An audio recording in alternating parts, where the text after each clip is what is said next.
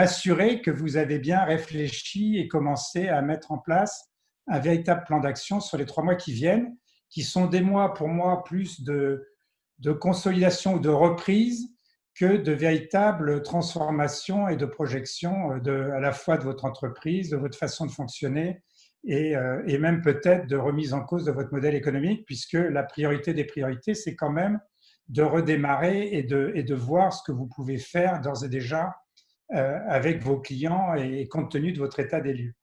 La troisième partie, c'est vos axes de changement, votre plan d'action à 7 mois. Et là, ça me passionne presque plus que tout le reste parce que je suis absolument convaincu, et j'espère que vous l'êtes, que nous allons vivre beaucoup de changements dans l'avenir et qu'il est temps assez vite de se pencher sur ce que ça peut vouloir dire pour vos entreprises en termes de transformation, aussi bien au plan interne que vis-à-vis de vos clients, de vos offres de services, de vos produits. Et nous passerons, je pense, un certain temps sur ce thème-là. Question-réponse à la fin, mais comme l'a dit Gaël, j'ouvrirai un peu les micros à la fin de chaque partie parce que je trouvais ça intéressant que chacun puisse aussi exprimer peut-être, ou en tout cas ceux qui le souhaiteraient, l'état de leur situation actuelle, l'état de leur perspective à 3 mois peut-être, et puis les axes de changement qu'ils imaginent possibles, ou en tout cas sur lesquels ils sont déjà en train de réfléchir, plutôt que d'attendre complètement la fin pour aborder toutes les questions sur chacun des thèmes. Voilà. Donc, à ce stade, peut-être que je pourrais vous interroger pour savoir si, par rapport à cette réunion, vous auriez, en tout cas certains d'entre vous, quelques attentes. Est-ce que, puisqu'on peut passer quand même un petit peu de temps, on va essayer de tenir les délais, mais est-ce que certains d'entre vous ont des attentes très spécifiques par rapport à l'un ou l'autre de ces thèmes ou pas, s'il n'y a pas d'attente particulière et si je déroule. Mais en tout cas, si l'un d'entre vous a une question spécifique, c'est intéressant pour moi de le savoir. Si je peux y répondre, je le ferai dans le corps du déroulé. Bon, pas de questions à ce stade, si je comprends bien, à moins que tu en aies, Gaël, puisque c'est Gaël qui suit le… J'ai levé la main, peut-être, je ne sais pas comment vous voulez procéder. Moi, je ne vois pas. Ouais. Moi, je suis incapable de… Je ne vois pas qui lève la main, donc il faut que Gaël, tu me le dises. Ou que… Oui, excuse-moi, je n'ai pas vu. Vas-y, Fabien. Oui, non, c'était juste pour tester le lève-main, donc c'est bon, ça fonctionne. Merci. Non, pour être plus sérieux. Oui, non, mais moi je suis très intéressé parce que en ce qui me concerne, ma situation actuelle personnelle et professionnelle, moi je suis en train de transformer complètement mon offre. Donc je voudrais surtout, par rapport aux échanges qu'on va avoir aujourd'hui, avoir sûrement des validations de certains choix que j'ai faits. Et sinon, je poserai des questions. Voilà. Très bien. Voilà mes attentes par rapport à les transformations. Moi, je vais passer moi, j'ai une offre de service d'accompagnement commercial. Et c'est vrai que je vais passer de 80% de présentiel je pense, à 25% de présentiel. Voilà, donc j'ai toute une démarche d'offres structurées, numérisées qui vont arriver. Et donc, ce serait intéressant de voir comment toi tu te projettes et puis regarder s'il y a des passerelles avec ce que je fais. Voilà. D'accord. J'avais une question également. Oui, j'ai Patrick aussi qui a levé la main. Alors moi, ma question est toute simple, c'est que ça fait 25 ans que je suis chef d'entreprise, ça fait 25 ans que j'ai des plans d'action, ça fait 25 ans que j'arrive pas à les tenir.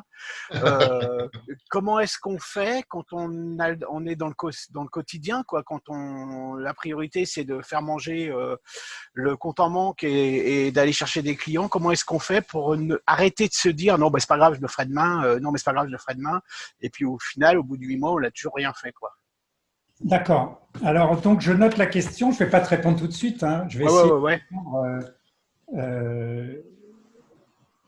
dans le corps du développé, là. Comment gérer mes priorités, en fait. C'est ça. Et puis, faire que… On m'avait dit un truc un jour qui était vachement intelligent, mais que ça s'arrêtait au niveau de la conception intellectuelle pour moi. C'est-à-dire qu'il faut travailler pour l'entreprise, mais il faut aussi savoir travailler sur l'entreprise. Et c'est cette différence-là que j'ai du mal à faire.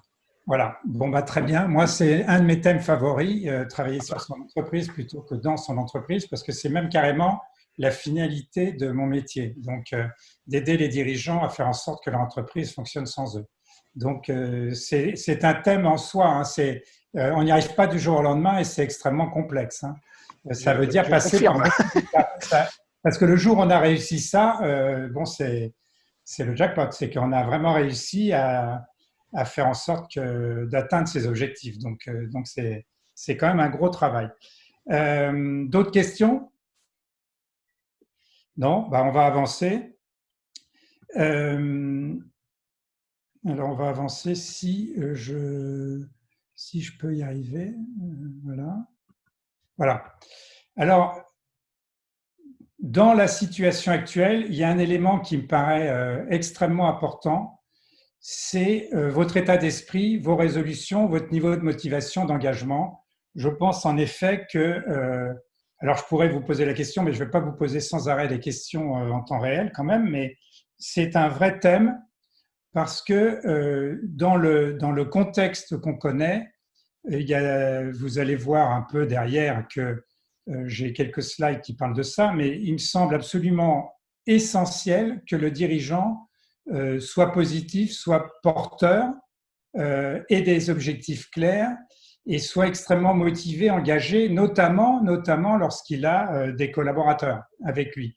Mais si s'il est en dépression, négatif, inquiet, complètement stressé, ça va être compliqué à la fois de se motiver sur des changements et de se projeter dans un avenir peut-être plus intéressant et plus porteur. Donc, la première des questions, et c'est le premier, on va dire, slide que je vous propose et qui correspond à nos fondamentaux dans le coaching d'affaires. C'est un outil dont on se sert énormément et je vous invite à vous l'afficher sur vos murs dans votre entreprise. C'est le slide, enfin c'est le principe de la ligne. Est-ce que vous êtes en dessous ou au-dessus de la ligne? Donc il y a deux catégories de comportements. Il y a évidemment les gens qui se comportent au-dessus, enfin on va commencer par en dessous de la ligne, c'est-à-dire les gens qui sont, et on en connaît toujours autour de nous, et puis on l'est tous à un moment ou à un autre d'ailleurs. L'idée c'est de ne pas y rester, mais quand on est en dessous de la ligne, on est dans le reproche. Quand on a des équipes ou des collaborateurs, c'est jamais de notre faute, on a toujours une excuse. On est dans la dénégation, c'est-à-dire que on ne reconnaît pas les difficultés, on ne reconnaît pas les problèmes, c'est un peu la fuite en avant. Donc, les problèmes sont là et on se pose en victime. De l'autre côté, il y a ceux qui s'approprient les choses, qui sont impliqués, qui sont responsables, qui ne fuient pas et qui sont dans la recherche de solutions. Vous comprenez bien qu'en tant que dirigeant, vous n'avez pas le choix que d'être au-dessus de la ligne et de montrer l'exemple. Si vous êtes un dirigeant qui se retrouve trop souvent dans le reproche auprès de ses collaborateurs ou vis-à-vis de ses collaborateurs, dans l'excuse « c'est pas de ma faute, c'était à lui de le faire », c'était à ce fournisseur de prendre les mesures ou à mon collaborateur de voir clair ou de venir me voir, etc., etc. Si vous êtes dans cet état d'esprit-là, d'une part, vous le transmettez à l'ensemble de votre équipe, donc ça va être très compliqué de gagner. Ça va être très compliqué de générer des succès, de motiver les gens autour de vous. Donc, premier principe, me semble-t-il, il y en a beaucoup d'autres, mais ce qui m'intéressait aujourd'hui, c'était de vous sensibiliser sur le fait que, quelle que soit la difficulté actuelle et quel que soit le niveau de stress ou de manque de visibilité ou encore une fois de difficulté, vous devez de montrer l'exemple et d'être au-dessus de la ligne. Ça, c'est le premier, vraiment la première chose qu'il faut avoir en tête. Et n'oubliez pas, si vous devez vous servir de cet outil, de vous le poster, et parce que ça devient très ludique. C'est presque, quand on travaille sur ce sujet-là avec ses collaborateurs, les gens, quand ils ont l'habitude de travailler sur ce concept, très vite se disent « mais toi, quand quand l'un de leurs collègues même se trouve en dessous de la ligne, ils peuvent lui dire « mais dis donc, tu ne serais pas en dessous de la ligne quand tu me parles comme ça ou quand tu me dis ça ». Donc, c'est relativement un outil ludique à utiliser. Le deuxième concept, ou en tout cas fondamental, que dont je souhaitais vous parler aujourd'hui dans le contexte, c'est la formule du succès. Alors, tout ça, c'est très complémentaire à ce que vous a présenté quelque part aussi la semaine dernière notre ami Fabien. Là, vous voyez une équation être multiplié par faire égale, on va dire, résultat ou objectif. J'aurais envie de vous poser la question, mais on n'a pas trop le temps d'y répondre individuellement, mais je peux vous dire que quand je pose la question, qu'est-ce qui est le plus important? Est-ce qu'à votre avis, c'est l'être? Je peux laisser répondre les 2 ou 3 personnes qui ont envie de répondre à ça, parce que c'est assez amusant de voir quelle est la réponse en général des gens. Il y a donc dans cette équation 3 termes, le être, le faire et on va dire l'objectif. À votre avis, si on ouvre les micros une seconde, quel est le terme le plus important?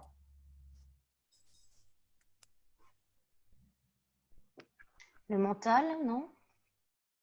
C'est-à-dire le être? Faire. Oui, Être, ouais. Être, Ouais. ouais. Faire.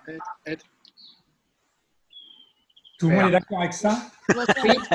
Si, il y a Je suis Jody. pour faire. Il y a Jody qui nous parle d'objectifs. Ah, bravo Jody! Heureusement qu'elle est Gagner là. un saucisson. Elle a déjà suivi la formation. Ouais. Non, mais elle aurait pu, mais en tout cas, bravo, parce que c'est relativement rare. Figurez-vous que, en général, la plupart des gens disent faire.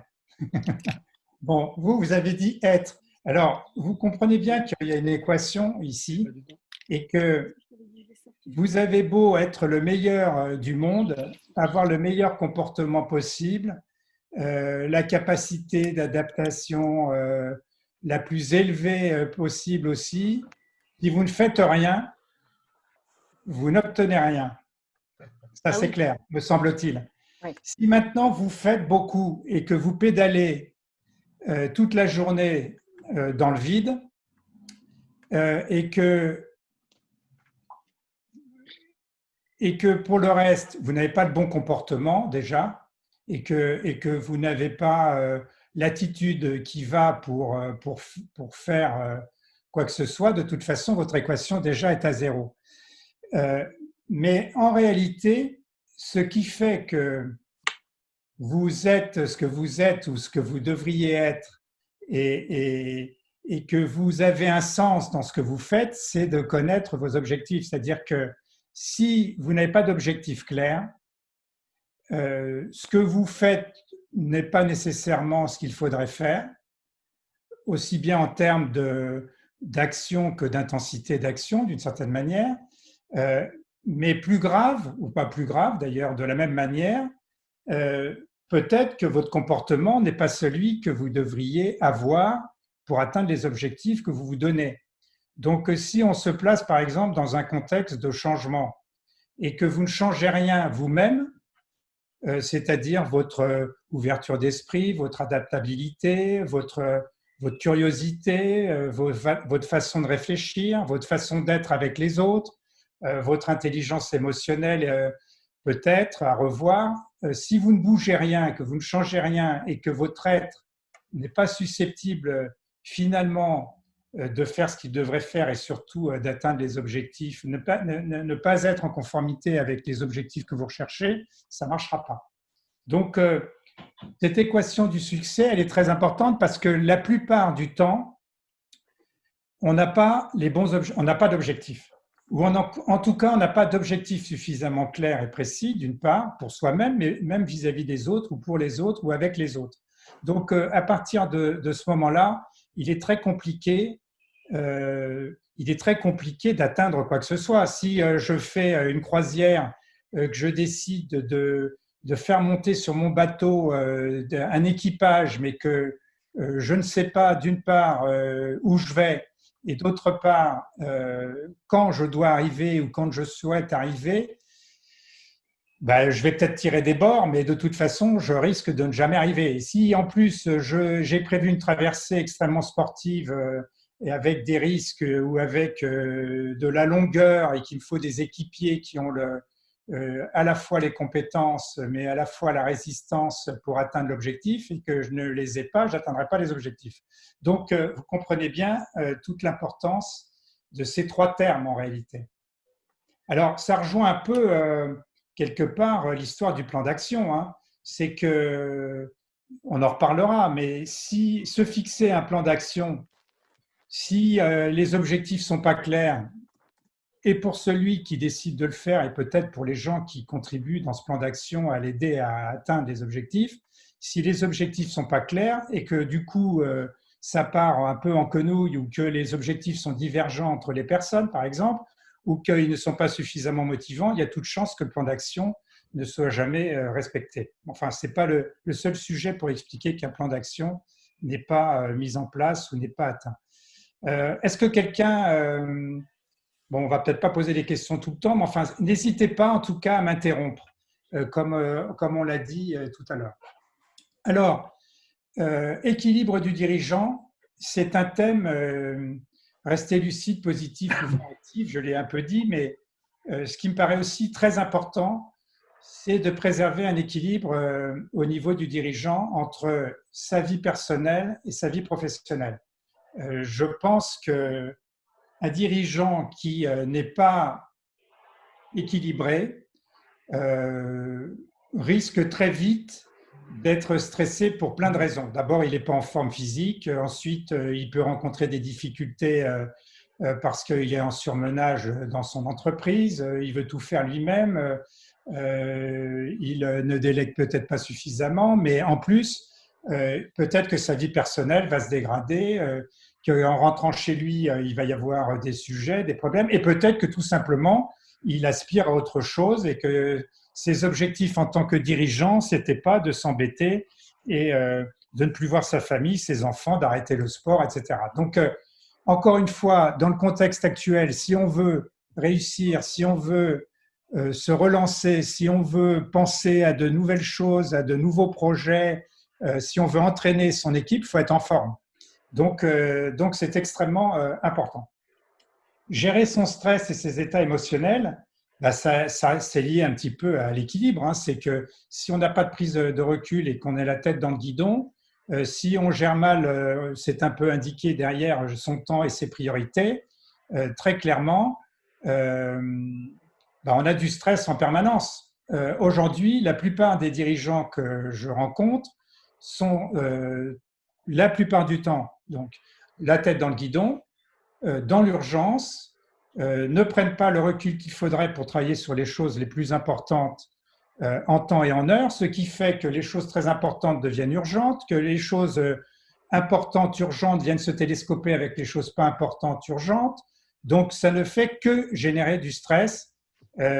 Pour répondre aussi là, à ce stade à Patrick, moi, je dis toujours à mes clients que la première des choses à faire, c'est d'avaler son crapaud.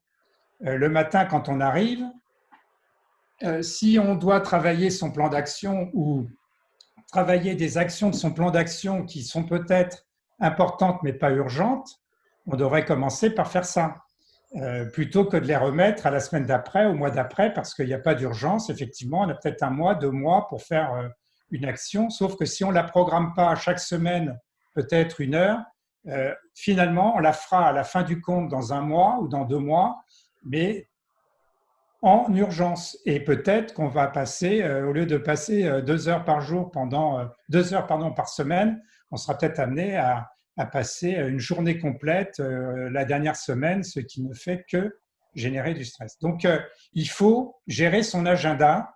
On appelle ça un agenda par défaut. Il faut le partager avec ses collaborateurs ou avec ses partenaires, mais il faut bien gérer son temps et ses priorités. C'est essentiel. Il y a des outils pour ça.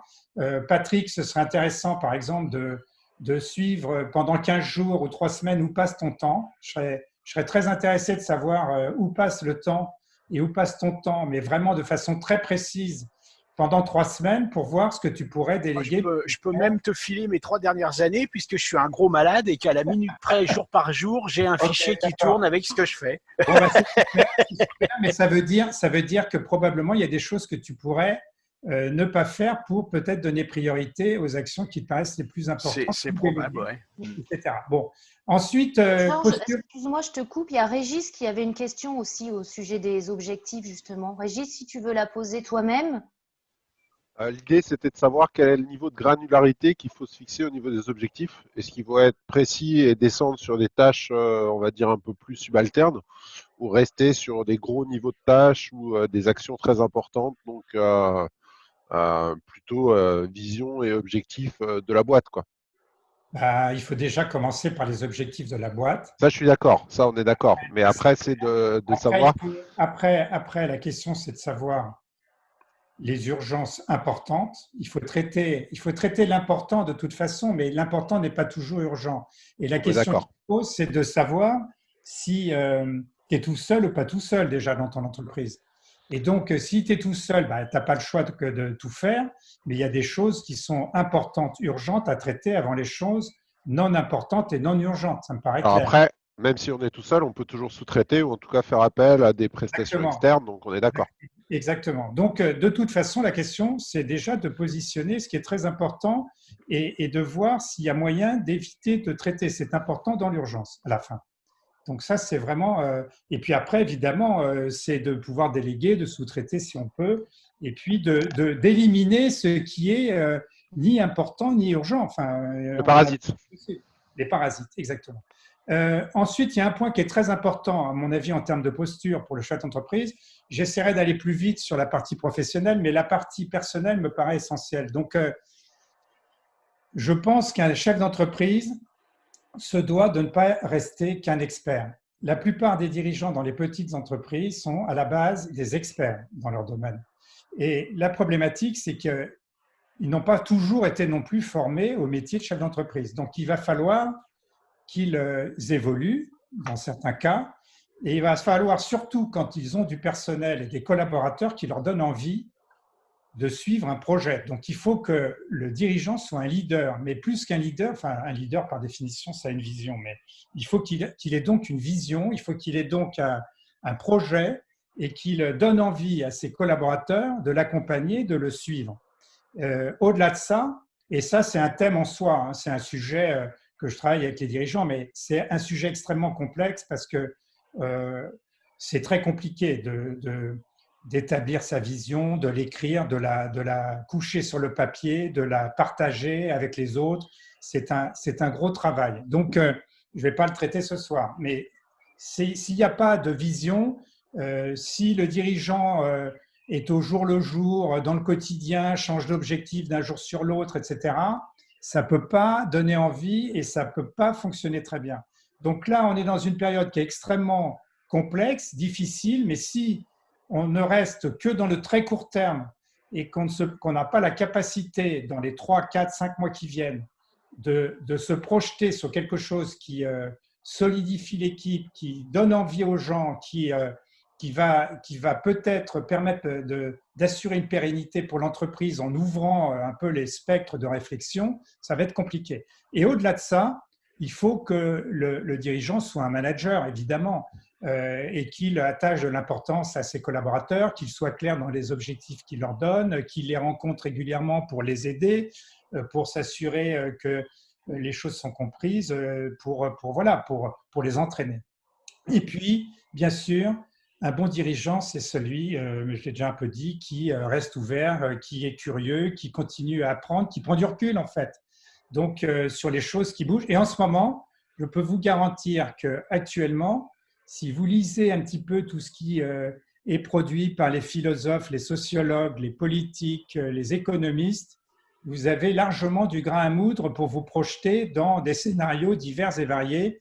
Il y a énormément, on n'en a jamais connu autant, des contenus qui ouvrent un peu les perspectives de l'évolution de nos sociétés, etc. On en reparlera un peu plus loin. Bon, alors j'en viens, sauf s'il y a une question à ce stade, à la situation de votre entreprise, au plan financier, au plan commercial, au plan de l'équipe. de son état d'esprit au plan organisationnel. Pour moi, on va avancer. Il y a beaucoup de choses, à mon avis, qui d'ores et déjà ont dû être faites que vous avez dû faire aujourd'hui à date. Donc, je ne vais pas revenir dessus parce qu'il y a eu beaucoup de messages, il y a eu beaucoup d'outils, il y a eu beaucoup d'intervenants, beaucoup de webinaires sur ces sujets. Cela dit, je ne souhaitais pas manquer de vous rappeler qu'une situation de trésorerie à date précise et claire est indispensable. Parce que vous lancez dans un plan ou vous lancez à l'aveuglette pour les 3 mois qui viennent sans savoir exactement de quelle situation de trésorerie vous partez, de vous être assuré que vous avez activé les aides possibles en cas de besoin. En principe, tout ça c'est fait, hein, le PGE. Que vous avez quand même une idée de votre marché, c'est-à-dire, Fabien en a parlé, mais c'est toujours mieux de le redire, d'avoir gardé un contact avec vos clients, de savoir où ils en sont, est-ce qu'ils redémarrent, est-ce qu'ils ne redémarrent pas, est-ce qu'ils vont redémarrer à 50%, à 40%, à 30%, est-ce que vos fournisseurs vont pouvoir suivre ou pas.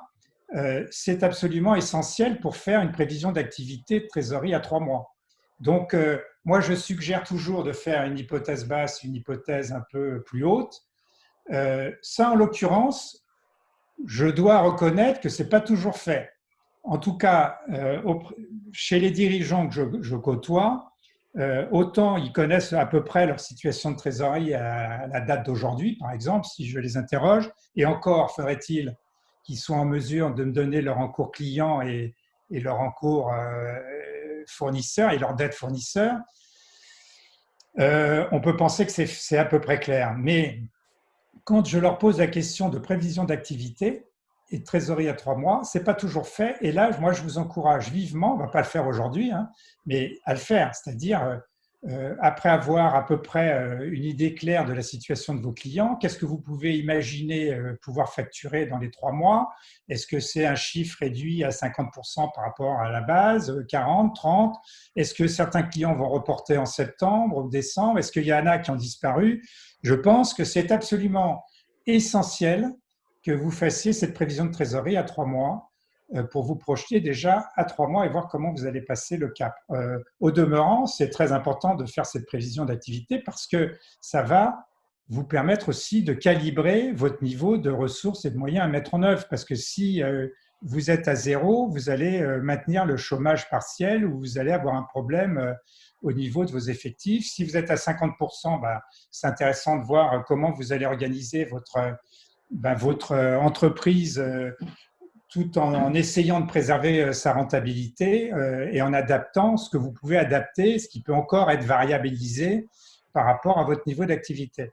Et puis ensuite, il y a un dernier point qui est extrêmement important, c'est l'état dans lequel se trouve votre équipe. Est-ce que vous l'avez suivi pendant ces 2 mois? Est-ce que vous avez eu des relations fréquentes avec eux? Est-ce que vous avez échangé? Est-ce qu'ils ont une idée claire de ce que vous voulez faire? Est-ce qu'ils savent quelle est votre optique? Est-ce qu'ils savent comment vous projetez dans les 2-3 mois déjà, mais après la suite?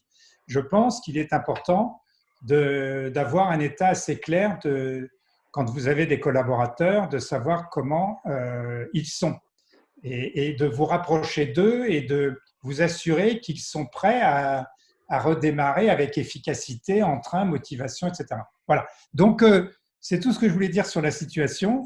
J'ai passé un peu trop de temps même. Est-ce que vous avez des questions à ce stade? Marine avait une remarque ou une question au sujet des prévisions. Oui. Tu veux nous en dire plus, Marine? En fait, elle disait que les prévisions, c'était souvent pour elle du virtuel à 3 mois, surtout quand on n'a pas de contrat régulier, en fait. Oui, des prévisions, moi, je sais en faire, mais on est en permanence bousculé par les événements, par une commande qui tombe ou finalement qui est annulée. Donc, c'est bien de faire des prévisions, mais ça peut être un job à temps plein de faire des prévisions. Non, les prévisions, c'est fait pour ne pas être tenu. Donc, par définition, alors, du coup, par quid de l'intérêt? Non, mais je vais vous dire l'intérêt. Par définition, un budget ou des prévisions, c'est pas fait pour ça. C'est bien sûr qu'idéalement, si on pouvait les tenir, ce serait absolument génial. Mais ce n'est pas fait pour ça. C'est fait pour se donner des objectifs, premièrement. Parce que, comme je vous l'ai dit tout à l'heure, si on n'a pas d'objectif, si on prend l'hypothèse qu'on n'a pas de visibilité et qu'on risque de faire 0 en chiffre d'affaires, qu'est-ce qu'on doit faire? Est-ce qu'on doit attendre de constater qu'on fait 0 ou prier pour faire mieux que 0? Ou est-ce qu'on doit se dire, plaçons-nous dans une hypothèse négative, je fais 0 avec les clients que je connais, qu'est-ce que je dois faire et qu'est-ce que je peux me donner comme objectif pour faire mieux? Donc, si par exemple, je pense qu'avec mes clients actuels, je risque de faire 0, qu'est-ce que je peux faire pour leur proposer peut-être d'autres pistes, d'autres solutions, d'autres offres, peut-être de réfléchir à leur faire ces offres autrement, peut-être réfléchir à d'autres offres vers d'autres clients, peut-être, je vais vous donner un exemple. J'ai hier discuté, enfin j'étais dans une conférence avec quelqu'un qui est dans le réseau des domaines qui montent. Ils avaient fermé leur activité pendant des mois. Aujourd'hui, ils sont à peine en redémarrage. Qu'est-ce qu'ils ont fait? Ils ont trouvé une solution pour valoriser l'espace de leur vitrine. Ils ont vendu en tant qu'espace de communication leur vitrine. Il y a des gens qui trouvent des alternatives pour se générer du revenu. Donc, si vous faites 0, vous ne pouvez pas accepter de faire 0. Et il faut se donner un objectif avec des actions.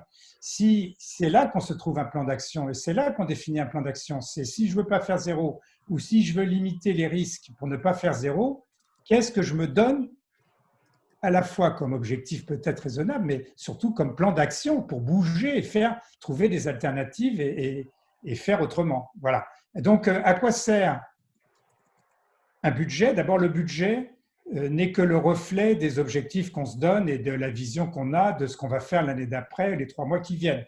Ça n'est que le reflet d'hypothèses qu'on prend, mais ces hypothèses, elles sont le reflet aussi de ce qu'on voudrait faire et de ce qu'on estime qu'on devrait faire ou qu'on pourrait faire. Donc voilà ma réponse. Georges. Merci Georges. Oui, il y a une question et après on y va. Moi, j'ai une question. Pendant cette période, pour ceux qui ont des créances clients, un poste client important, il serait peut-être utile de mobiliser ces créances et de les céder et de passer son temps à réorganiser son activité pour repartir le plus vite possible. Absolument. Il faudrait que les établissements financiers trouvent des systèmes simples, d'escompte, mais beaucoup plus simples à gérer. Une mobilisation globale d'un portefeuille client, ça serait quand même un petit peu plus utile aujourd'hui pour la reprise d'activité.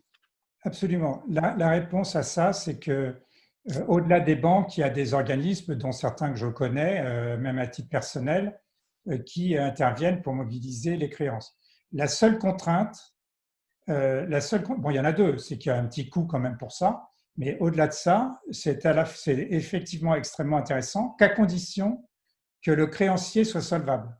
C'est-à-dire que si c'est un compte reconnu qu'il n'y a pas de problème, ou qui est une administration, par exemple, qui est une ville, une municipalité ou qui est une grosse entreprise, vous n'aurez aucun problème pour mobiliser les créances.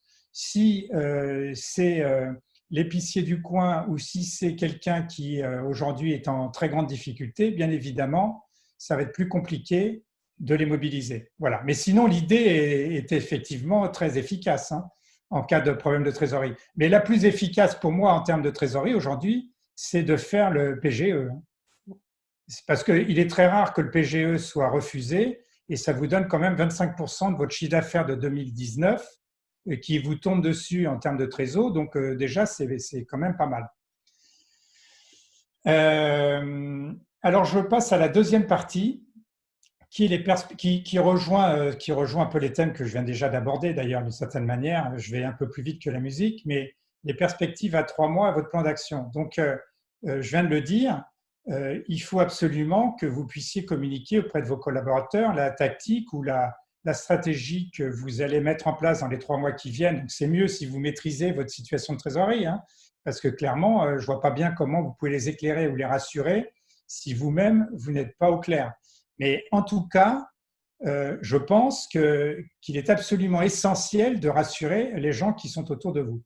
La deuxième chose, c'est évidemment de communiquer, de se rapprocher de ses clients. Et là, je rejoins aussi ce que disait Fabien la semaine dernière, c'est qu'il faut ajuster vos offres aux besoins de vos clients. C'est-à-dire que peut-être qu'il est possible que vos clients n'aient plus tout à fait les mêmes besoins, les mêmes contraintes, les mêmes disponibilités, les mêmes moyens financiers même aujourd'hui qu'hier. Et dès lors, qu'est-ce que vous pouvez leur proposer qui pourrait quand même répondre à une partie de leurs besoins? C'est une vraie question, mais c'est le sujet. C'est essayer de voir comment vous pourriez aménager vos offres, la façon de les traiter, la logistique peut-être, mais même la nature de vos offres, les circuits de distribution aussi, pourquoi pas, pour en tout cas ne pas les perdre, les tenir d'une manière ou d'une autre. Il y avait Sushi Planet hier qui parlait de ce qu'il avait dû faire. Il s'est complètement adapté. Hein. Il était complètement intégré. Il a une chaîne de franchise. Hein, ils sont nombreux là-dedans. Il produisait, il distribuait. Aujourd'hui, il passe par des intégrateurs au niveau de la distribution. Il modifie un certain nombre de choses en termes de logistique. Il fait travailler son personnel. Il a réduit sa gamme de produits. Il innove dans les produits qu'il propose. Enfin, il y a des pistes, il y a des moyens de réfléchir autrement. Donc, alors oui, pardon Georges, justement, je te coupe parce que tout à l'heure, Stéphane posait la question si pour toi, c'était le moment de faire de la croissance externe.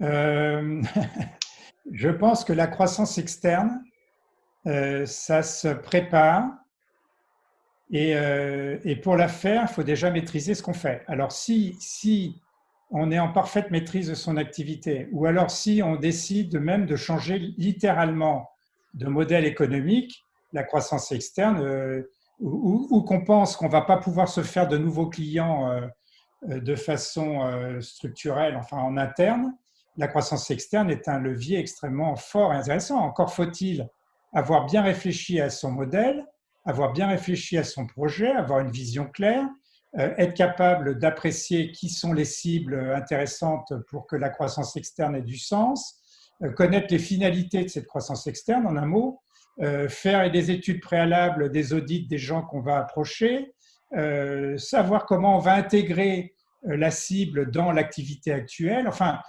la croissance externe, c'est un choix extrêmement fort et parfois, et même assez souvent, très intéressant, mais il faut le faire au bon moment. Donc, il faut avoir les moyens financiers aussi de le faire. Donc ça me paraît compliqué de faire dans la précipitation une opération de ce type.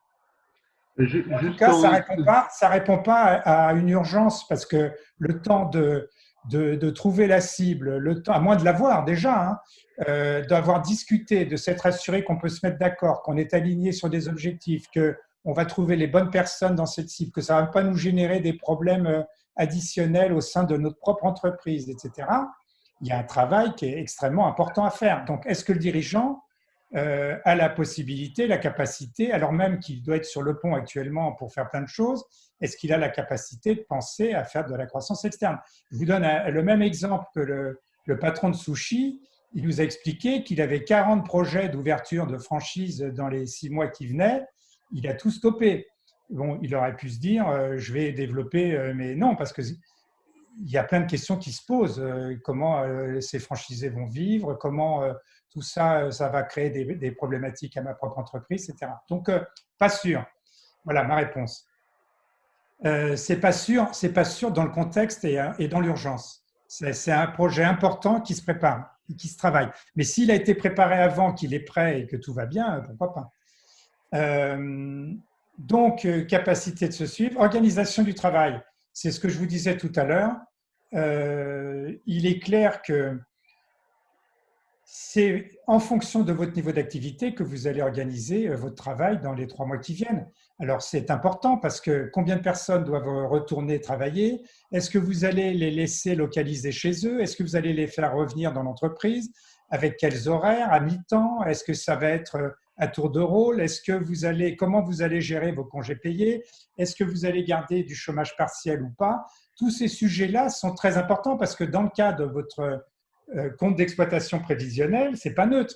Si vous faites revenir tout votre personnel et que votre niveau d'activité a baissé de 30%, clairement, vous allez vous trouver en déficit. Alors, vous allez me dire, vous allez perdre chaque mois. Vous allez me dire, c'est pas très grave, j'ai de la trésorerie parce que j'ai souscrit l'emprunt PGE. Sauf que si vous générez des pertes, tôt ou tard, ça va s'accumuler et que ça ne va pas vous faciliter le remboursement de l'emprunt dans un an. Donc, il faut absolument adapter vos coûts variables et dans la mesure du possible, ça c'est logique, mais vos coûts fixes, il faut baisser votre point mort. Si vous êtes à 50% d'activité, n'oubliez pas de réadapter votre point mort, donc coût fixe plus coût variable, à votre niveau d'activité. Bon, et puis ensuite, une fois que vous avez effectivement commencé à faire ça et que vous avez notamment commencé à faire un plan d'action, que vous avez pris les hypothèses, plus exactement, et que vous avez fait une espèce de prévision, c'est même pas une espèce, une prévision, elle vaut ce qu'elle vaut. Logiquement, c'est qu'à partir de là qu'on met en place un plan d'action. C'est-à-dire que vous êtes donné des objectifs, vous êtes dit on va faire ci, on va faire ça, je vais aller voir les clients, je vais voir tous mes clients dans les 15 jours qui viennent, je vais voir avec mon personnel, je vais me donner 3 semaines ou 15 jours, ou même peut-être moins, j'en sais rien, pour à la fois voir mes clients et avoir une idée de l'activité que je vais faire dans les 3 mois. Derrière, dans les 3 semaines, il faut absolument que j'ai mis en place la bonne organisation. D'ailleurs, si vous faites revenir les gens, soyez vigilants sur les mesures sanitaires parce que ça se prépare. C'est compliqué, j'imagine bien que ceux qui ont repris l'activité l'ont fait, mais il y a quand même des contraintes lourdes et qui sont passibles d'amende et plus si on ne les met pas en œuvre, et voire même la responsabilité du dirigeant engagé s'il y a un problème. Donc il y a plein d'actions préalables au retour du personnel. Donc, c'est important de calibrer tout ça. Et ça fait partie du plan d'action. C'est-à-dire que si vous devez préparer la reprise, j'imagine que vous l'avez fait, il faut que telle semaine ou tel jour ce soit fait. Qui s'en occupe? Ensuite, qui appelle les clients? Pour quand? Qui fait la prévision? C'est souvent le dirigeant qui fait tout, hein. Mais en attendant, il faut être clair sur le déroulé, le planning et l'articulation de chacune des actions les unes après les autres pour faire au moins les 3 premiers mois, puis ensuite on va voir comment travailler sur le plus long terme. Mais déjà, il faut se fixer donc à la fois des objectifs les plus réalistes. SMART, ça veut dire qu'il faut qu'ils soient accessibles, réalistes, qu'ils soient limités, temporels, c'est-à-dire dans le temps bien programmé, parce qu'un objectif qui serait par exemple sans échéance, ce n'est pas un objectif SMART.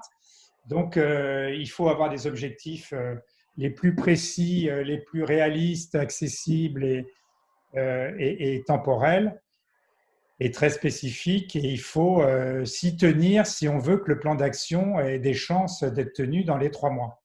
Souvent, quand il y a plusieurs actions, quand il y a plusieurs personnes qui interagissent dans le plan, il faut que chacun sache ce qu'il a à faire, donc qui fait quoi pour quand. Un plan d'action, c'est ça, c'est qui fait quoi pour quand. Donc, tant que ce n'est pas clair et tant qu'on ne s'assure pas qu'il y a une cohérence globale, ça ne marche pas. Donc, au niveau des objectifs, Philippe avait une question. Il disait comment évaluer préalablement si nos objectifs sont réalisables. C'est-à-dire, je ne sais pas, Philippe, si tu veux détailler ta question. Non? Tu n'es plus là, Philippe? Bon. Alors, moi, je vais vous dire la notion de réalisable et de réaliste, si ça vous intéresse, parce qu'en fait, il y a 2 notions.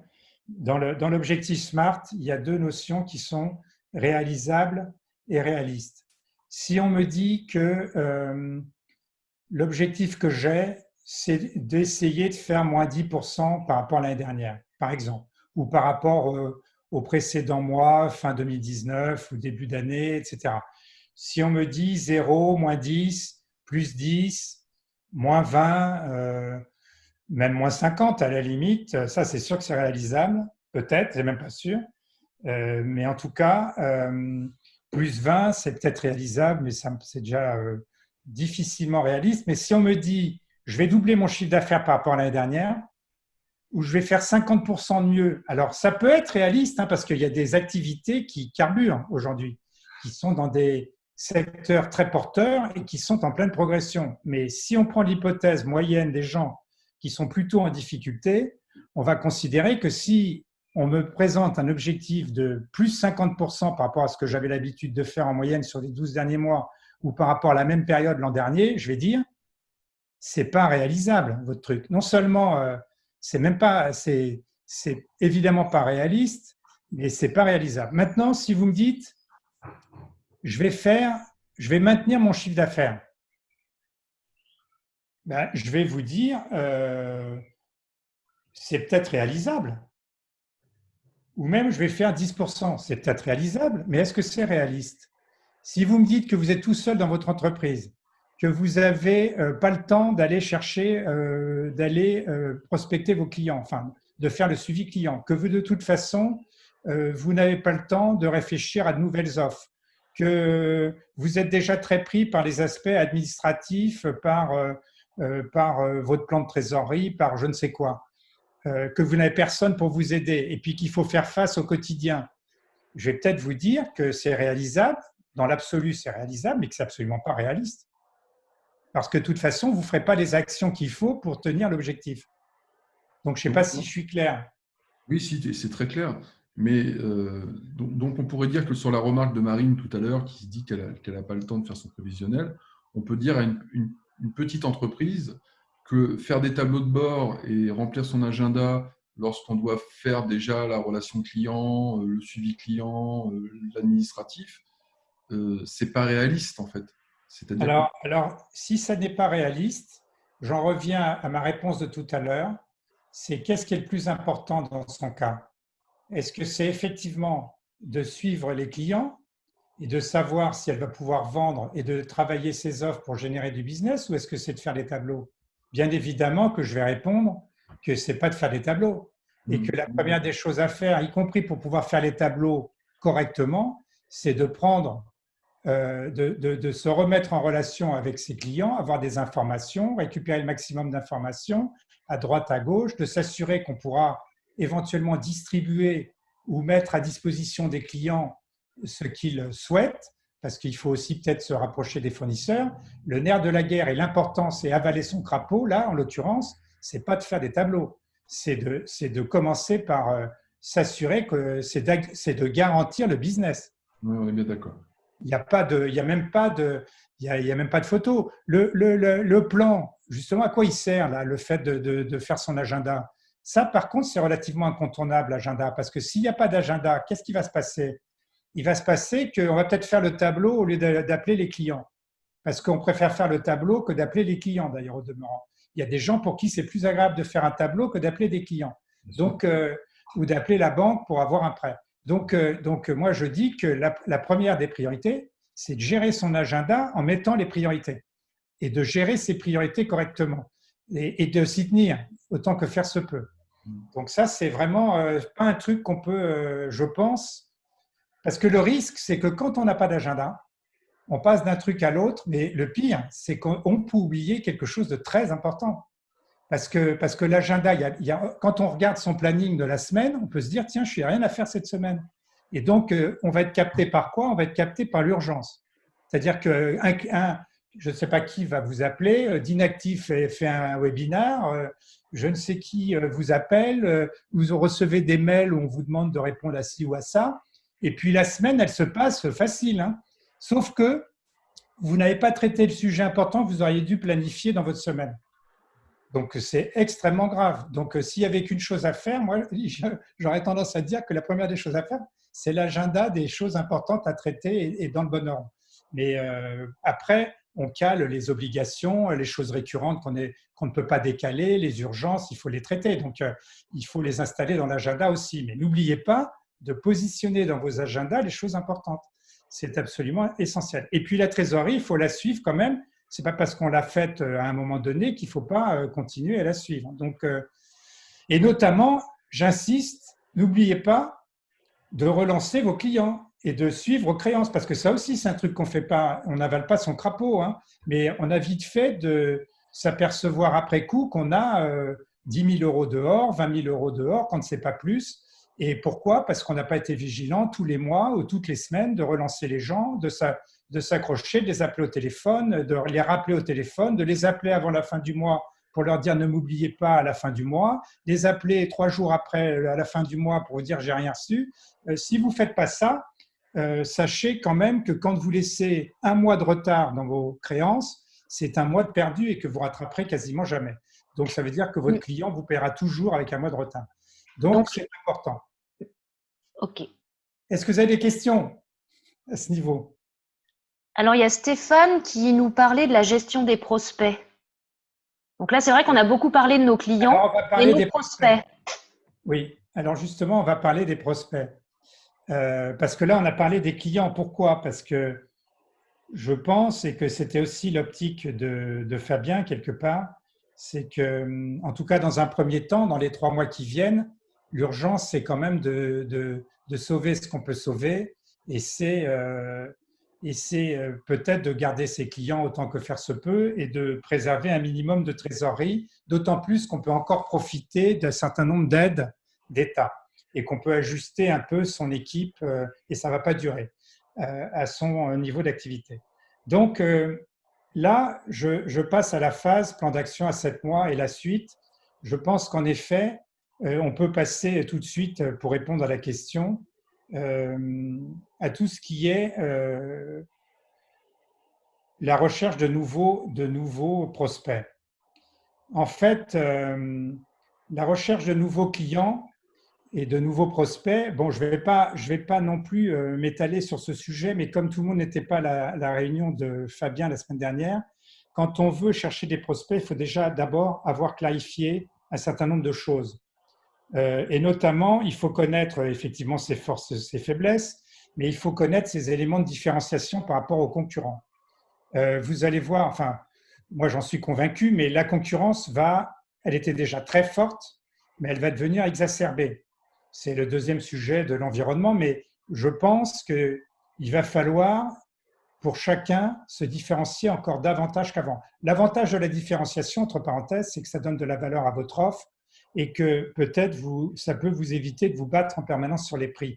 Donc c'est un point central sur lequel de toute façon tous les chefs d'entreprise devraient travailler.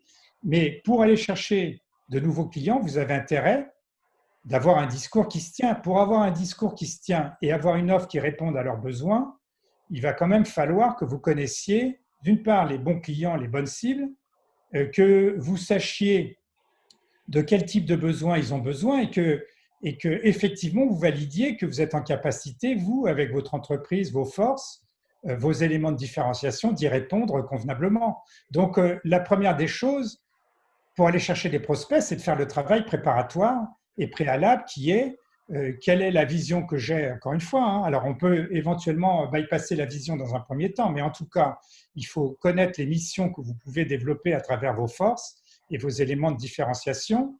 Il faut que vous sachiez absolument qui sont les bons clients par rapport à ça, pour ne pas vous fourvoyer, perdre du temps et prospecter dans le vide. Il faut que vous ayez derrière donc, des offres construites, que vous ayez la bonne communication qui va, que vous ayez défini du coup lesquels supports, par quels canaux de distribution vous allez les rechercher. Quel est le niveau de proximité, de qualité, de relation client vous souhaitez? Enfin bref, de quelles ressources vous allez pouvoir disposer pour y arriver. Bref, en fait, on est quasiment dans la définition d'un modèle économique. Alors peut-être que vous l'avez déjà, peut-être que c'est très clair dans votre tête et peut-être que vous savez parfaitement ce qui fait votre force et qui vous devez attaquer en termes de prospects, mais souvent ça n'est pas fait. En tout cas, moi, quand je débarque chez certains dirigeants, ça n'est pas complètement clair et ils ont l'habitude de faire ce qu'ils font depuis des années. Ils n'ont pas réfléchi aux moyens de changer quoi que ce soit, ni même peut-être de remettre en cause la cible de clients qu'ils avaient. Ils n'ont pas désélectionné les mauvais clients qui ne rapportent rien ou qui ne sont pas rentables et ils ne se sont pas vraiment interrogés sur les besoins réels d'une bonne cible pour eux. Donc, vous voyez bien qu'il y a quand même un sacré travail à faire avant de vous lancer dans la prospection. Ça ne veut pas dire je ne vous connais pas. Donc, en gros, il est possible que vous ayez tout ça, que vous ayez déjà tout fait et que vous ayez les éléments de différenciation tout prêts, auquel cas il ne vous reste plus qu'à lancer en effet les bonnes façons de les toucher, de les adresser. Et là, il y a des dizaines de tactiques possibles. Fabien en a parlé. Je ne pense pas qu'on va traiter ça ce soir, mais sachez qu'il y a un travail qui est de cet ordre-là. En tout cas, il y a des passages obligés très clairs. Avant de faire ça, j'aurais tendance, ou en même temps, et là, moi, je pense qu'il faut travailler avec votre équipe. Enfin, si vous pouvez travailler pas tout seul, alors soit avec votre équipe, soit avec qui vous voulez, mais il est important pour un dirigeant de réfléchir et de se faire aider, de faire du brainstorming, de s'ouvrir, de regarder un peu à droite, à gauche, de s'intéresser au marché et donc d'intégrer l'évolution de votre environnement qui était déjà pas facile avant le Covid. Mais là, c'est très clair, c'est plus compliqué. Avant le Covid, entre parenthèses, il y avait déjà une très forte concurrence. Le poids du digital, il commençait déjà à monter. Il y avait déjà l'ubérisation d'un certain nombre de domaines. Il y avait les changements générationnels, la recherche de sens qui en fait, à mon avis, va s'accélérer, qui veut dire changement aussi du management dans les entreprises, qui veut dire difficulté de recruter des jeunes collaborateurs, en tout cas de s'adapter à ces jeunes. Et puis, il y a tout ce qui est prise en compte du développement durable, de l'environnement. La mondialisation, elle va changer, mais elle va perdurer. Et donc, il y a quand même un certain nombre de choses. Au-delà du Covid et des effets, je vous en parlerai ensuite. Je vous donnerai quelques pistes. Il y a beaucoup de choses qui se disent actuellement. Tout ça va transformer la façon de travailler, la façon de voir peut-être la distribution de ses produits, la relation avec ses partenaires, avec ses clients, ses fournisseurs. Enfin, je pense que ça va donner de nouveaux axes même de développement à certains métiers, à certains secteurs. Il y en a qui vont être mis en avant plus que d'autres. Bon, il y en a qui vont même revenir en France probablement. Donc, ça veut dire quoi, ça? Ça veut dire que assez vite, dans vos plans d'action, au-delà du très court terme à 3 mois, il faut que vous commenciez à, dans ce que j'appelle moi les choses importantes qui ne sont pas urgentes, à positionner un temps de travail chaque semaine dans votre agenda sur la suite. C'est qu'est-ce que je veux faire de ma boîte? C'est quoi? Alors, ça rejoint aussi autre chose, ça rejoint l'un des premiers slides que je vous ai présenté, c'est quels sont mes objectifs personnels en tant que dirigeant, quels sont mes objectifs professionnels pour ma boîte, comment je veux la développer, qu'est-ce que je veux, quelle est la vision que j'ai à 2, 3, 4, 5 ans idéalement et comment je peux imaginer de la transformer, de la changer, mais après avoir réfléchi avec les gens qu'il faut à la prise en compte justement des transformations qu'on vit. Donc ça veut dire que c'est un gros travail, ça ne va pas se faire comme ça. Enfin, je ne l'imagine pas. Et je pense que chacun est touché, que chacun doit réfléchir dans son domaine, dans son secteur, à comment bouger, comment changer, qu'est-ce qui va se transformer. Ce n'est pas toujours évident tout seul, je pense que c'est vraiment un travail collectif. Et ça doit, selon moi, aboutir sur un projet d'entreprise revu, corrigé ou nouveau, ou différent en tout cas. Et ça, je ne pense pas que c'est un travail qu'il faille attendre septembre, octobre ou novembre l'année prochaine. Je pense que chaque semaine, vous devez au moins vous dire je vais prendre 2 heures à l'écart, tranquille, où je fais une réunion avec mes principaux collaborateurs ou avec, peut-être, je fais des études de marché auprès de mes clients parce qu'il faut se rapprocher de ses clients. Fabien l'a dit, très important de faire des enquêtes clients quand on réfléchit sur des offres de différenciation. Je vous rappelle que c'est intéressant de savoir comment est le marché, comment sont les concurrents, ce que pensent les clients de vous. Il faut aussi connaître les motifs de frustration éventuels que peuvent avoir vos clients par rapport au marché ou par rapport à vous. Alors, juste, pardon, j'ai une question justement à ce sujet, Georges, de Claudina qui nous demandait si toi, est-ce que tu conseilles d'adresser des mises en demeure de payer aux clients? Parce qu'en fait, elle explique que beaucoup de chefs d'entreprise hésitent de peur de perdre leurs clients, justement. Moi, je pense que la première des choses, c'est d'appeler les clients. Après, tout dépend de la relation qu'on a au client et de l'importance du client, c'est-à-dire de l'importance stratégique. Je parlais tout à l'heure avec un de mes clients, d'un client qui ne le paye pas et qui lui doit 50 000 euros, mais qui représente 15% de son chiffre d'affaires. Il va finir par se fâcher et exercer une pression, mais il ne le traite pas de la même manière qu'un petit client qui n'est pas rentable, qui lui doit 2 000 euros, 5 000 euros. Ça fait des semaines que ça dure. Celui-là, il faut l'appeler. Deux, il faut se mettre d'accord, le rappeler au bout de 8 jours et lui envoyer au bout de même 10 jours. Première relance, deuxième relance, troisième relance. Il faut lui faire peur, il faut lui mettre la pression. C'est évident. Parce que je vais vous dire une chose, un client qui ne vous paye pas, ce n'est pas un bon client. Ça n'est pas un client rentable. Ça n'est pas un client à garder. C'est un client à désélectionner. Même s'il représente 5%, 10%, qu'il représente un chiffre d'affaires non négligeable, mais qui ne vous paye jamais, ce n'est pas un bon client. Par contre, on peut imaginer qu'un bon client ait une difficulté ce mois-ci, ou le mois prochain, on se met d'accord sur un deal, il repaye le mois prochain ou dans 2 mois, il repaye une partie ce mois-ci, une partie l'autre mois, on se met d'accord. Mais si c'est une tête de mule, si ça fait des mois et des mois que ça dure, que c'était déjà comme ça avant le Covid, et qu'il ne vous paye pas alors qu'il vous mobilise, qu'il vous fait travailler, soit vous arrêtez de travailler tout de suite. Donc, en plus, s'il y a des choses engagées, vous exercez une pression. Par exemple, si vous êtes dans l'informatique, moi j'ai travaillé dans le domaine informatique, très clairement, on faisait des systèmes de réservation pour les hôtels. L'hôtel qui ne payait pas, on arrêtait le système de réservation. Alors clairement, le lendemain, il nous payait, hein, très clairement. Donc, si vous voulez, il y a des pressions aussi possibles. Un expert comptable, il ne fait pas son bilan, par exemple. Donc clairement, c'est à personnaliser, mais il faut pas mollir. Moi, en tout cas, je suis toujours partisan d'être extrêmement rigoureux sur les paiements, de ne pas laisser dériver, de faire une relance au téléphone, une première, ensuite une première relance au bout de 10 jours, et au bout de 15 jours, un recommandé, puis un deuxième recommandé, puis avec une mise en demeure, etc. Il y a un process. Il faut absolument s'y tenir. Voilà la réponse. Merci, Georges. Peut-être un petit bémol, je ne sais pas si Claudina confirmera, mais d'après ce que je sais, ne pas réclamer une créance est une faute de gestion. Absolument. Et au demeurant, ne pas demander une créance au bout de 2 ans, elle est perdue. Et j'ajouterais que pour ceux qui veulent vraiment se faire payer coûte que coûte, on peut faire une action près du tribunal automatique, une injonction, ça s'appelle, une injonction de payer dès lors qu'il n'y a pas de contestation du client par rapport à la prestation rendue. Donc ça, vous allez… Alors juste Georges, si tu me permets de rectifier, alors les créances entre professionnels, tu as 5 ans pour les recouvrer. Et quand tu factures à un particulier, le délai de prescription est de 2 ans. Oui, 2 ans pour les particuliers et 5 ans pour les professionnels. Oui, mais c'est vrai que c'est des sujets très délicats parce que tu as des entrepreneurs, des chefs d'entreprise qui sont en état de dépendance économique avec un client essentiel, voire 2.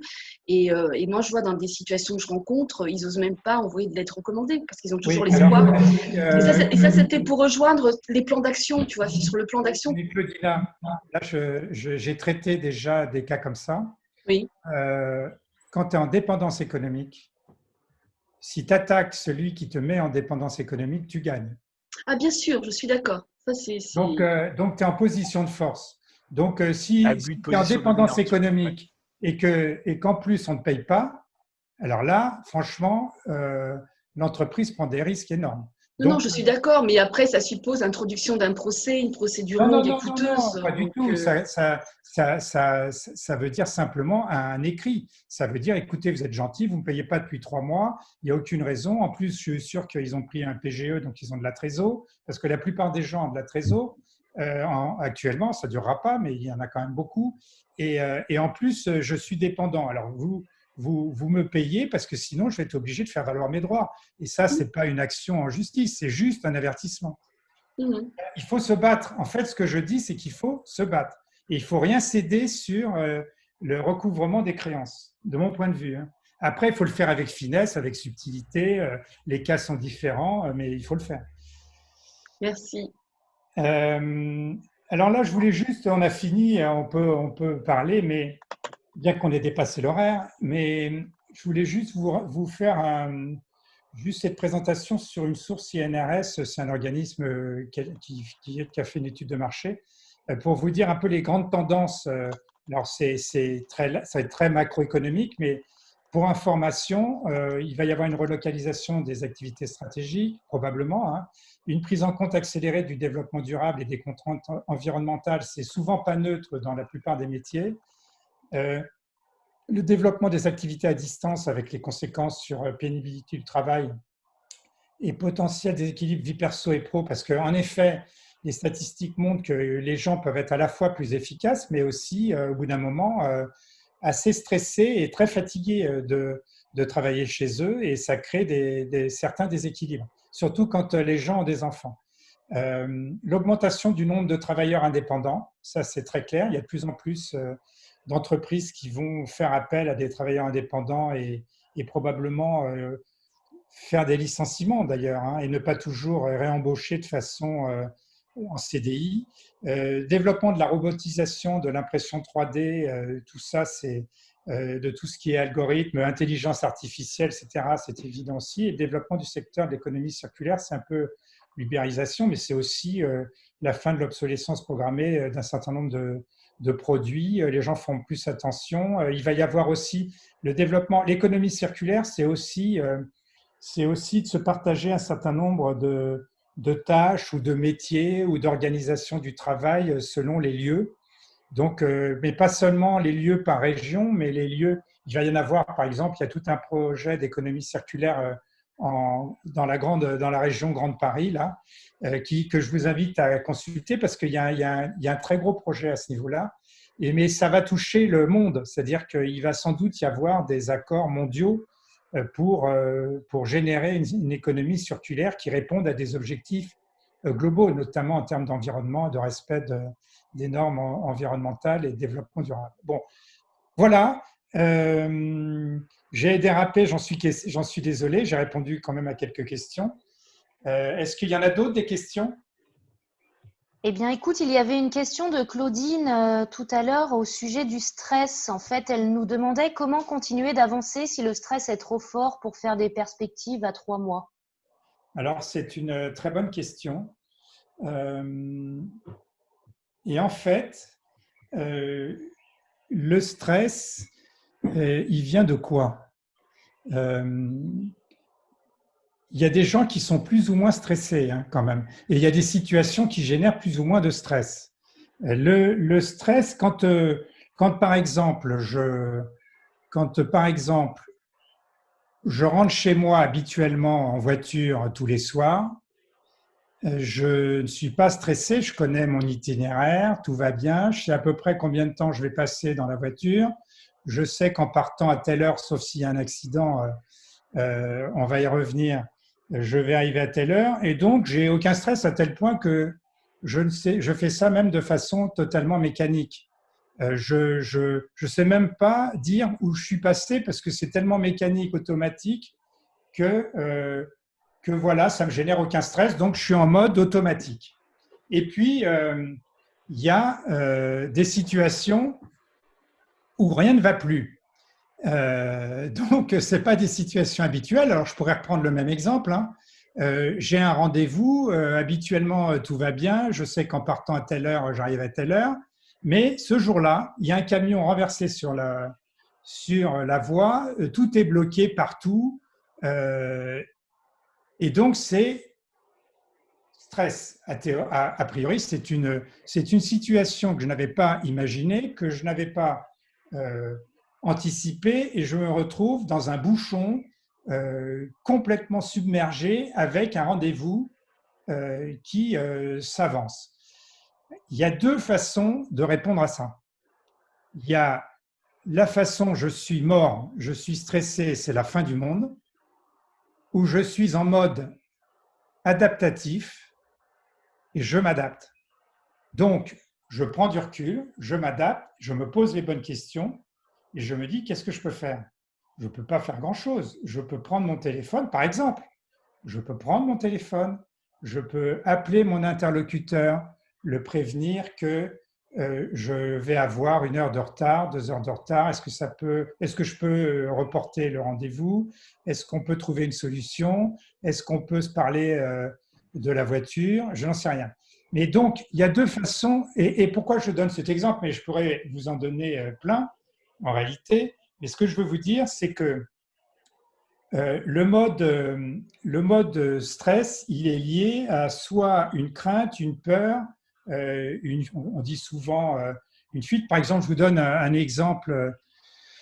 Je vous donne un exemple aussi où on s'adapte. C'est-à-dire que si, par exemple, un mode adaptatif, enfin un mode automatique, je vais vous donner un mode automatique.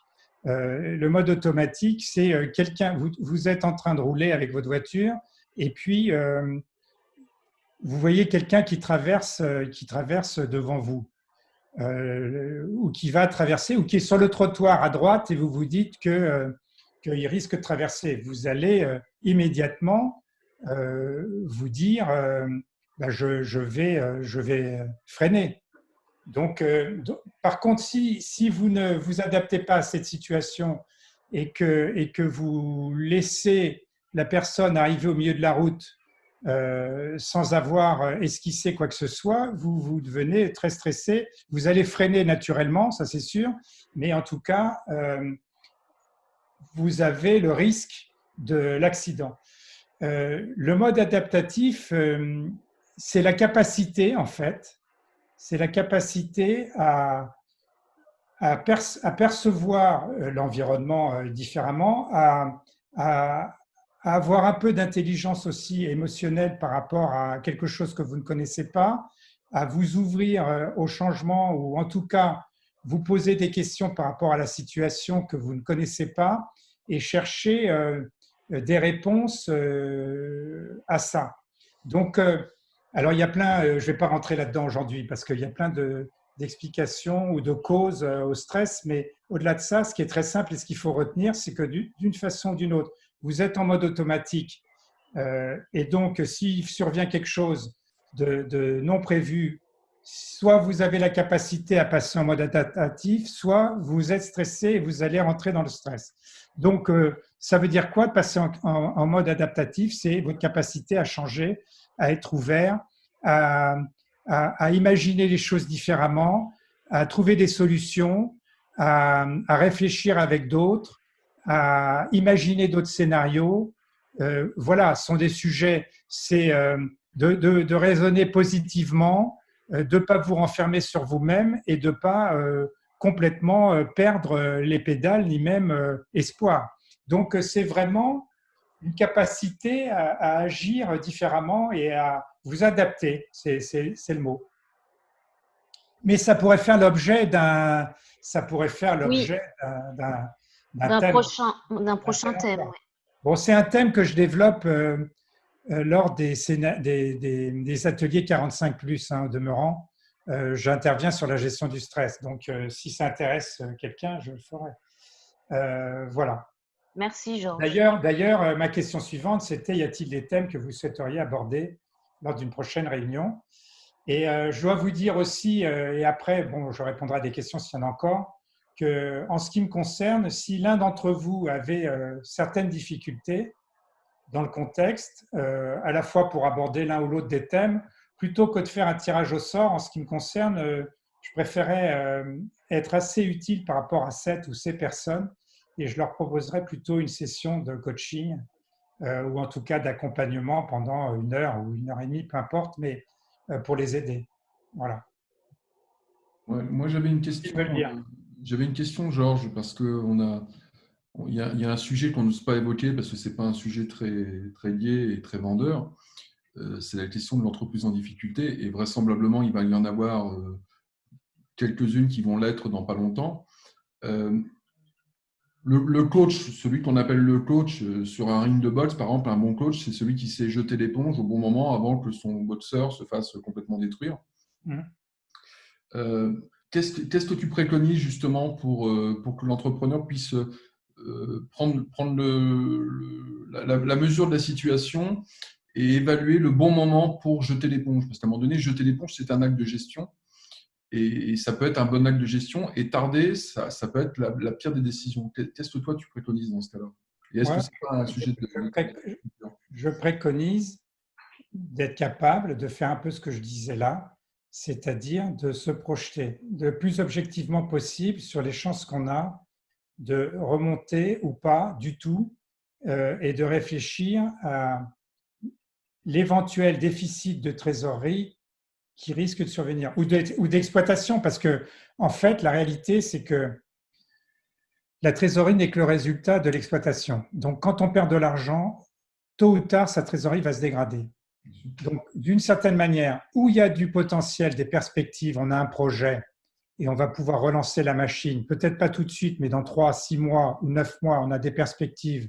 Et par exemple, le plan PGE nous permet de survivre, mais avec des perspectives, parce qu'on a un vrai projet, on y croit, on a des choses qui tiennent la route, on a fait des hypothèses qui semblent réalistes, on a testé, on a sondé le marché, on s'est rapproché d'un certain nombre de personnes qui nous ont rassurés par rapport à ça, et on a des perspectives. Soit on n'a aucune perspective, on est complètement sec par rapport à des alternatives quelconques, et on s'aperçoit que chaque mois qui va passer ne va faire que creuser le déficit sans aucun espoir. Là, on a une chance quand même, hein, c'est que pour les gens qui ont de l'espoir ou qui ont des projets ou qui ont envie de faire des choses, je pense que les aides leur permettent de gagner un peu de temps. Mais si c'est pour gagner du temps et creuser le passif et creuser le déficit, ça n'a pas beaucoup de sens en tant que tel. Donc, moi, ma réflexion, c'est très vite se dire, est-ce qu'il y a du marché, est-ce qu'il y a du potentiel, est-ce qu'il y a de l'espoir, enfin, est-ce que j'ai un vrai projet, est-ce que j'ai envie, est-ce que j'ai envie déjà, est-ce que j'ai envie, est-ce que je suis motivé, est-ce que je suis déprimé, est-ce que je suis complètement stressé au bout du rouleau, ou est-ce que j'y crois, j'ai envie. Si je suis sans espoir, sans perspective, avec beaucoup de frais fixes, un point mort élevé, que j'ai plus envie, que c'est compliqué. J'ai peut-être pas intérêt de développer un passif important, surtout si j'ai pas envie de créer des problèmes à d'autres, etc. Donc peut-être faut-il aller voir un… Alors vous savez qu'il y a plein de questions, mais Claudina pourrait répondre très, bien sûr bien mieux que moi à tout ça, mais parfois il y a des situations difficiles qui ne sont pas désespérées. Et il y a pas mal de dispositifs aujourd'hui au niveau des tribunaux pour ne pas être en redressement judiciaire, mais le passif, enfin bloquer le passif à un moment donné, etc. Bon, donc il y a des pistes, mais moi je dirais que si le dirigeant n'a pas du tout envie, n'a pas de perspective, ne veut pas s'accrocher, ne fait pas preuve de résilience, ne reste pas positif, qu'il a en plus des collaborateurs et qu'il les laisse partir, il leur donne pas d'espoir, qu'il n'a pas envie de travailler sur son projet, qu'il n'a pas envie de relancer les clients, qu'il n'a pas envie de mieux gérer sa boîte, qu'il n'a pas envie de se faire aider, en gros, il vaut peut-être mieux qu'il fasse autre chose. Alors, je suis d'accord, on parle beaucoup du stress dans vos métiers et dans le milieu de l'entreprise, ce qui est un problème d'affect. Il y a aussi un autre problème d'affect qui peut être l'obstination, qui est différente du stress. Est-ce que tu as été amené à gérer des problèmes d'obstination? C'est-à-dire un entrepreneur qui est aussi motivé. J'ai été amené à gérer des problèmes, bien sûr. Je voulais juste ajouter, avant de répondre à cette question, que le stress, il est souvent lié à un manque de maîtrise. Et que, encore une fois, l'adaptation, elle vient aussi de la maîtrise qu'on a, de l'analyse du sujet. Et donc, le stress peut, par exemple, venir du fait qu'on n'a aucune idée de ce qui va arriver, des chiffres qu'on a, des chiffres qu'on aura demain, etc. Donc, je fais juste ce rappel.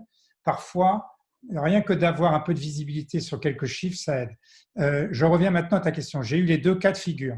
J'ai celui qui s'obstine, qui prend tous les risques, qui jongle avec les chiffres, qui ne paye pas ses fournisseurs, qui en paye l'un pour ne pas payer l'autre, qui fait un peu de cavalerie, qui veut reporter au plus tard son dépôt de bilan. c'est un accrocheur fou, mais pas tout à fait réaliste et à risque.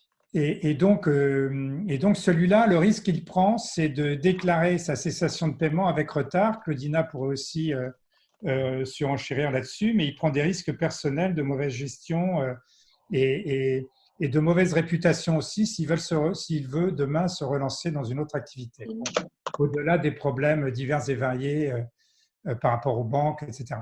Et il y a celui qui s'accroche comme un fou, qui est très obstiné, que tout le monde disait mort, y compris son expert comptable, mais qui ne veut pas en démordre, qui cherche des solutions, qui réduit son point mort, qui va coûte que coûte chercher des clients, quels qu'ils soient, qui est un fou furieux, qui ne s'arrête pas.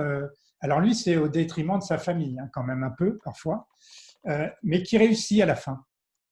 Qui réussit. Donc, tu as les deux cas. Hein. Tu as les résilients accrocheurs, mais qui sont limites, extrêmement limites à tous les niveaux, hein, mais qui réussissent, et puis, mais parce qu'ils ont une volonté de faire, mais surtout un projet. Je dirais que, en fait, ce qui fait la différence, c'est la qualité de la vision et du projet personnel du dirigeant, et c'est l'insatisfaction qu'aurait le dirigeant aussi à s'arrêter.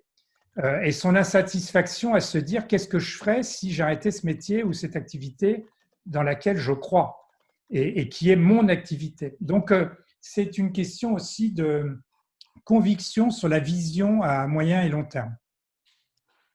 Merci Jean. J'ai peut-être un petit commentaire à faire. Depuis 25 ans que je fais des boîtes, j'ai remarqué quand même qu'il y avait un profil d'entrepreneur qui avait vachement changé. Il y a 25 ans, on avait des entrepreneurs ou des gens qui voulaient créer des entreprises. Aujourd'hui, on rencontre de plus en plus de gens qui créent des entreprises par dépit ou pour remplacer un poste qu'ils ont perdu. Et ça génère encore plus de stress parce qu'il n'y a pas l'envie en fait. On est dans le jeu subi. Et est-ce que ça, c'est quelque chose que tu observes aussi, toi ? Bah oui, je l'observe. D'ailleurs, je vais te dire que je l'observe rien que dans le recrutement de coachs qu'on est amené à faire pour le Centre national du coaching. Je rencontre toutes sortes de gens qui viendraient bien, qui se lanceraient bien, chefs d'entreprise, coach d'affaires.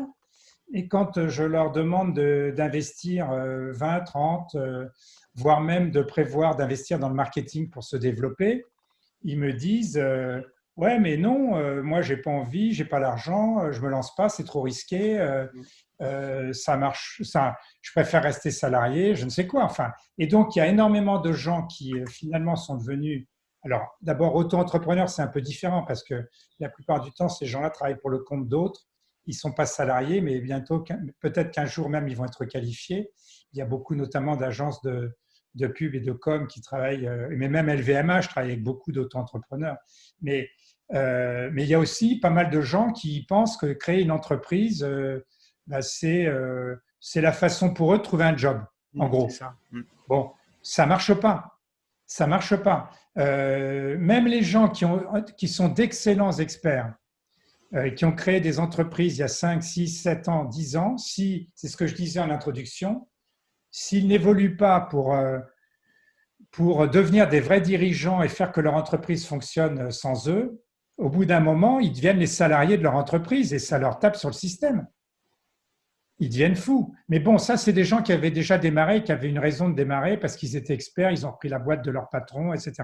Mais tu as tout à fait raison de dire qu'il y a de plus en plus de gens qui créent et pour se trouver un job.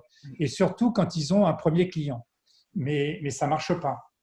Je suis tout à fait d'accord. Ce n'est pas un projet de vie, ce n'est pas un projet d'entreprise, ça ne suffit pas. Donc, ce n'est pas pérenne. On est d'accord. Bon, moi, je vais être obligé de vous laisser parce que ça va être l'heure du dodo.